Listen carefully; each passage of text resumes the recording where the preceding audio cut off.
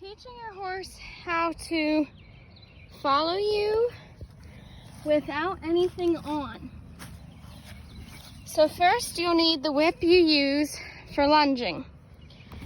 Hold it in this position. It'll be the loosest position it can be, and wrap it around his neck. Then come forward.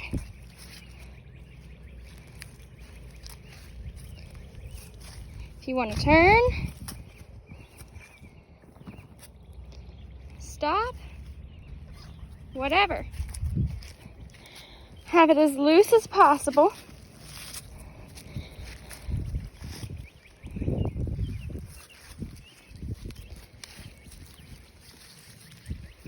He's not listening very well, so this is not a good example. Always have the hard part under his neck, the loose part over top. Come on. Come on.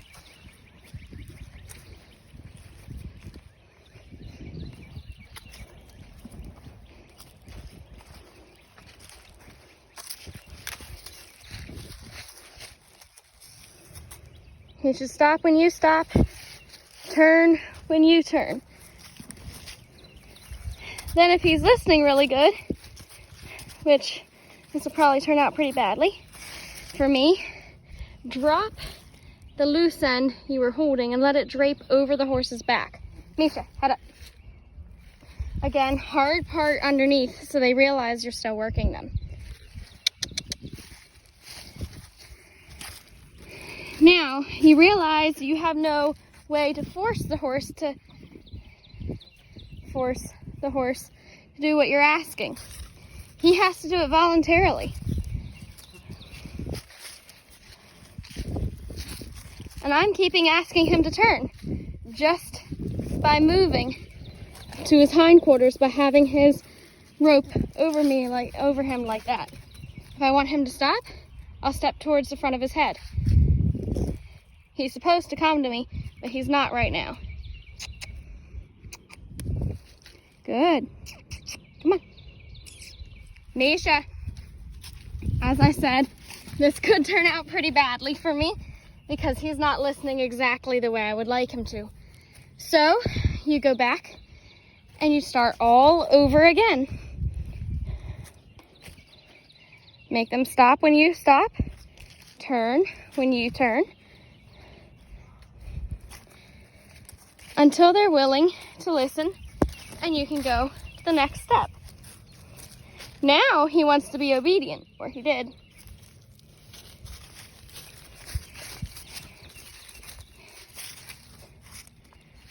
I'm telling him he's not listening, and he's not liking that too well. Whoa.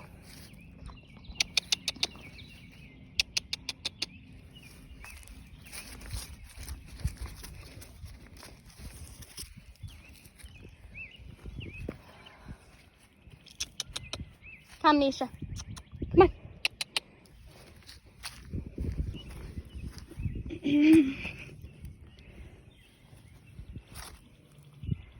Well, you were listening pretty good earlier.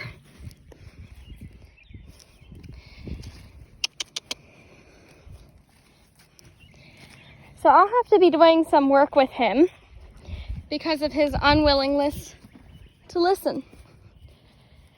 This is better in a round pen than a big acre field.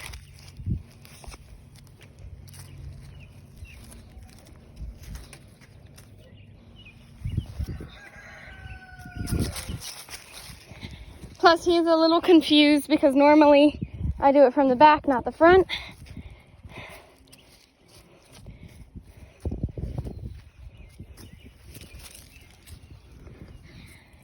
Okay.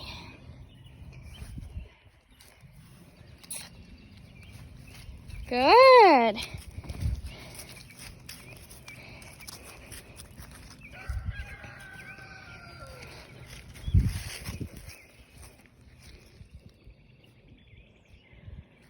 You'll probably have to do this exercise quite a bit until the horse is willing to cooperate with you.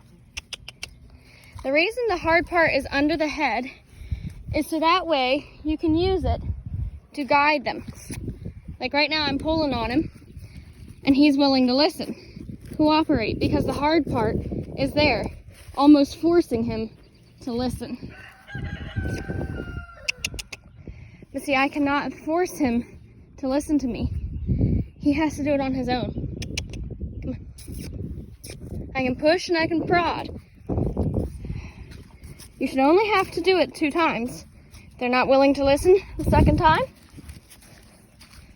then you need to start over. Now you notice the whip is no longer over his back. My arm is under his head where the hard part of the whip was. Now you use your hand in the same way you would the whip. After a bit, drop your hand away. The horse should still keep coming. He was trained in this, so good boy. So he knows what to do. Your horse will most likely not progress as quickly as what Misha did because he is a trained horse. So he is trained into jumping and doing this leadless following, and there's quite a few others.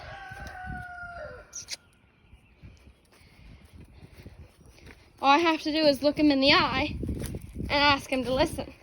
Granted, he does not always follow what I would like him to do.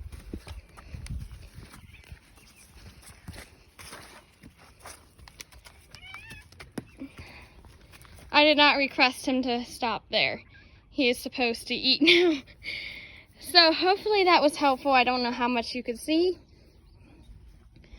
but a lunging whip this length is very handy, because what you do unless your horse is whip shy, it's most likely not a good idea unless you can get them past whip shyness.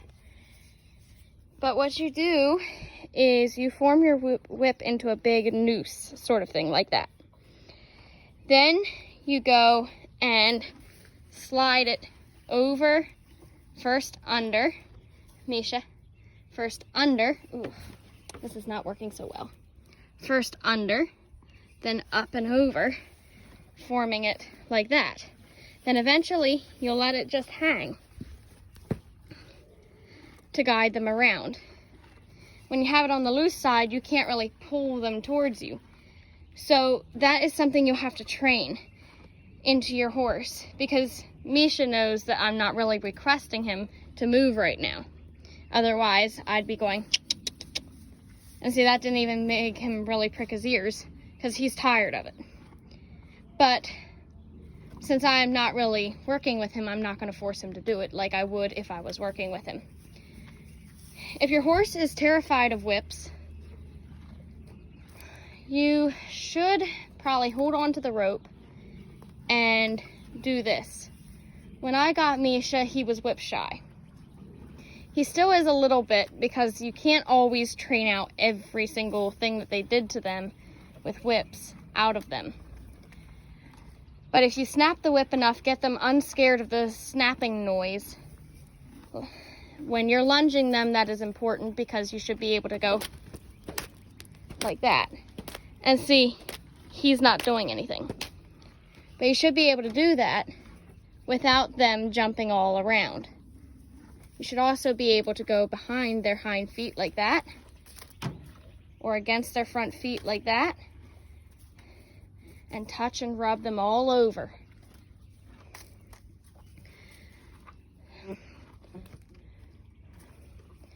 Rub them with the whip, get them used to it before you even decide